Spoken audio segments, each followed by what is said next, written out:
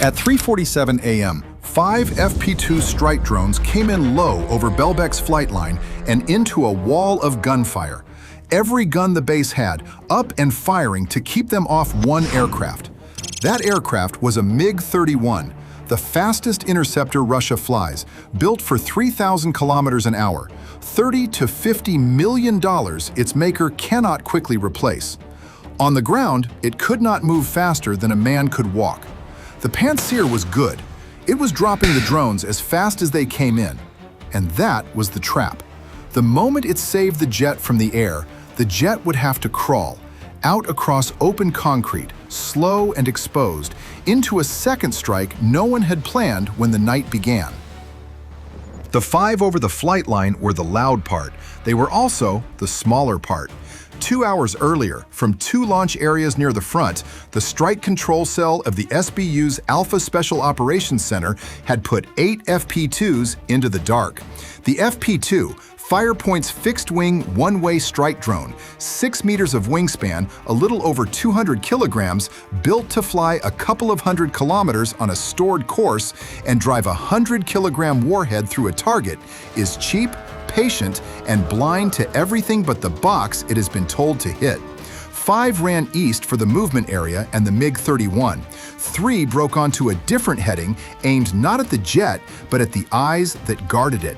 Behind them, 4 more FP-2s sat fueled on their launchers and were not part of any of it. The plan was 8. The 4 were a reserve nobody had tasked. At 3:19, the 8 an hour downrange, the cell could not watch Belbek, only what the drones sent back as they flew. From the far side of the front, no one could tell which of the 8 would still be a weapon when it crossed the coast. So the cell did the arithmetic the whole war is fought in: trades. 8 had been the plan. Fewer than 8 might no longer blind the radars and kill the jet both. They spent the reserve. Send the 4. Preparing and launching them ran 3 to 4 minutes. By 3:23, the 4 were climbing out behind the others, 6 to 8 minutes back. A second clock, started late, running toward the same field. The strike that would kill the MiG-31 had just been committed, and it had been committed because the first one was already coming apart. The base had not been caught asleep. Its oldest eye, the 55 ZH-6U Nebo U, a long-range early warning radar reaching past 300 kilometers, had caught the 5 well out and raised the alarm. As they dropped onto the deck, a lower eye took the handoff, the 48YA6-K1 Podlyot, built to hold things skimming the ground, and passed them straight to the guns. Before the guns came a softer weapon. The Pol 21 jammers flooded the field with the noise that normally cuts a drone off from its satellites and its operators and sends it wandering off its line. It found nothing to cut. The FP-2 asked no satellite where it was and answered to no operator. It flew a course loaded before takeoff, and the jamming washed over it without shifting it a meter. So when the 5 came in on the movement area, the Pantsir was ready. The base's short-range killer, missiles and twin cannon on one mount, built for exactly this. On paper, 5 slow drones against it should have been easy. It took the first at 9 kilometers, an interceptor off the rail, a merge, a drone gone before its camera ever found the jet. It took the second the same way, 1 channel to a target. The guns swung onto the third low, a 2-second burst across the wing, and dropped it short of the apron. 3 of the 5, clean, and the MiG-31 had not been touched. And then it did not matter that it had. The 4th FP-2 was already dying when it counted. Hit but not stopped, trailing pieces, it lost the jet in its camera and went where its wrecked airframe carried it. Down into the technical and maintenance section at the edge of the apron, 100 meters short of the aircraft it had been sent to kill. It came apart against the servicing bays in a spray of concrete and torn metal. The 5th FP-2, diving in behind, lost its aim point in the dust thrown off that hit and went into open ground 200 meters wide of the tail. 5 launched, 0 on the jet. On every board at Belbek, it read like a win, and it was the win that killed them. That near miss told the duty command exactly what the raid was for. It had come for the MiG-31. It had missed by 100 meters, and nothing said it was done. The most valuable machine on the base could not sit in the open a second longer. At 3:52, the order went out to move the MiG-31. A ground crew hooked a tow tractor to the MiG and pulled it off the movement area onto the taxiway toward the nearest hardened shelter. But the shelter was a little over a kilometer of open concrete away. At tow speed, a 10-minute crawl. A machine built to cross 3,000 kilometers an hour was now a slow shape, creeping along a painted line, worth $30 to $50 million for every second it stayed in the open. 10 minutes to cover. That was the clock the rest of the night would hang on, and it had just started running down. While the guns had fought for the jet, the other 3 FP2s had been working the eyes. 2 of them went for the Nebo U. The big radar had done its job perfectly. It had seen the raid first and handed the base its warning, and now the raid had come back for it. Here was the flaw the warning had hidden. It could warn and nothing more. The Nebo carried no missiles of its own, 0, and the one system that could shoot was already full. The Pantsir could fight 4 targets at once, no more, and all 4 were the FP2s diving on the jet. The 2 now coming for the Nebo had crossed in on a separate bearing, in the same window, the whole reason the raid had split in 2, so the guns could only ever face one way at a time. The Pantsir tore itself away long enough to take one of the 2. The second kept coming, alone now, straight down the last kilometer with nothing left to stop it. And at 3:50, it put its warhead into the base of the mast. The building-sized eye that had seen everything first now saw nothing at all. The last of the 3 had gone for the Podlyot, the low eye that had held those first 5 onto the guns. Now the gap in it mattered. It refreshed its picture only once every 10 seconds. At 150 an hour, an FP2 covers more than 400 meters between one clean look and the next. And the drone crossed that last stretch inside a single 10-second silence, arriving before the crew could drag the set off its spot. The warhead went into the antenna array. The low eye that had fed the guns went dark, and it did not come back. That was the hand Ukraine held at the midpoint. The jet still crawling for cover, 2 eyes dead, and the last not yet touched. The third eye was the 96L6E, an all-altitude acquisition radar, the piece that stitches separate sensors into one picture and feeds a whole air defense complex. With the Nebo and the Podlyot both gone, it was the only working eye Belbek had left, and it was still turning, still handing the guns their picture. It was also mobile. Given 4 to 6 minutes, its crew could fold the antenna down, drive the vehicle clear of its firing spot, and save it. Inside the duty command, the trades sat on the screens in front of them. On one, the tow crawled the MiG toward its shelter.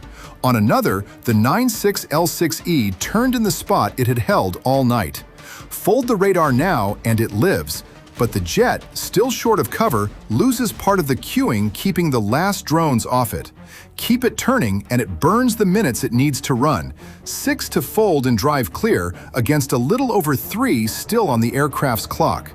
The tow kept crawling while they decided. There was no clever answer, only which one they were willing to lose. They chose the aircraft. Keep it up. Cover the jet. At 3:55, the 96L6E stayed lit, feeding the defense around the moving MiG for 2.5–3 minutes and did not run. It was the correct call. Nothing was wrong with the radar, nothing wrong with the decision.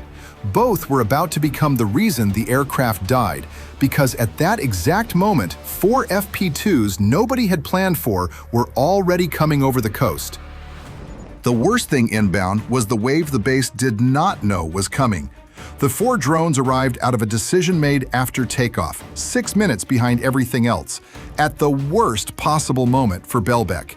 The MiG-31 in the last third of its crawl, the base's one good eye deliberately pinned in place to protect it. The Pantsir was still the killer it had always been. At 3:56, it caught the first of the four before the strike control cell had even finished sorting targets. One more FP2 off the rails and gone. 3 left. And now the cell, watching the picture firm up at last, made its second cold call of the night. The Nebo and the Podlyot were already dead. No reason to spend a drone on either. One it sent at the 96L6E, the last eye still feeding the guns. The other 2 it kept for the aircraft. The drone sent at the 96L6E was now in a straight race against a stopwatch. The moment command finally let the crew go, the vehicle began to fold and roll, hauling itself off the firing spot it had held too long. The FP2 came down the last kilometer. The radar crawled the other way. It was a race measured in the seconds a heavy vehicle needs to clear its own length, and the radar won it by exactly that margin. By the time the drone reached the spot, the antenna had already left it. The warhead cratered bare ground. The eye lived, moving now, and a living eye kept cueing the guns that were about to earn the last kill of the night. At 3:58, the MiG-31 was inside the last 150 meters of taxiway, the black mouth of the shelter open ahead of it. The tow crew had the tractor at its ceiling, dragging 30 tons of aircraft the last few seconds toward cover. Behind them came the last 2 of the 12, the pair the cell had kept for the jet, down the movement box, cameras already locked on the shape crawling for the door. 2 clocks closing on the same point. The Pantsir took the first one clean. An interceptor, a merge, a drone gone, and the whole night narrowed to the one still coming. The last FP2 came in low along the tow route, with the cannon already tracking it. Inside 4 kilometers, the guns had it. At about 300 meters from the aircraft, a burst caught it, walked across the airframe, and knocked it half out of the sky. Control surfaces gone ragged, the line of flight beginning to wobble. By every rule, the gun had won. It had not. 300 meters at 150 an hour is 7 seconds of forward travel, and the drone no longer needed to fly for a minute or stay in one piece.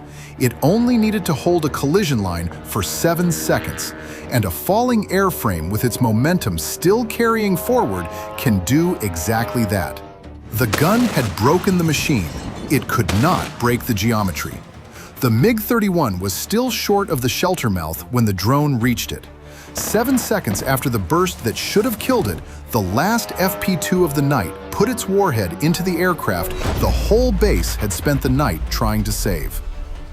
The warhead went off against the forward fuselage, 100 kilograms of shaped charge, and the fuel behind it took the MiG-31 where it stood, half in, half out of the shelter it had almost reached. The shelter had done nothing wrong. It would have done its job 4 seconds later, and the jet had been caught 4 seconds short of the door. By 4 o'clock, the base had shot 6 of the 12 drones out of the sky. Of the rest, only 1 had reached the MiG-31. 1 was enough. The defense did almost everything right. The Nebo saw the raid first. The Pantsir killed 6 drones and never missed for want of skill. And the choice to spend the radar's escape time covering the jet was the correct one. Belbek kept its guns and its last radar. It lost the other 2 eyes, and it lost the one machine the whole architecture had been built to protect. It lost the jet because the strike that killed it was never in the plan it defended against. 8 FP2s had been the attack. The 4 committed after takeoff, when the first 8 began to fail, were the ones that finished it. A reserve worth a few trucks cargo against $50 million of interceptor, and the trade only closed because the first attempt missed. Somewhere across the front, the same launchers are already being reloaded. The next plan will not survive contact either. It will not have to.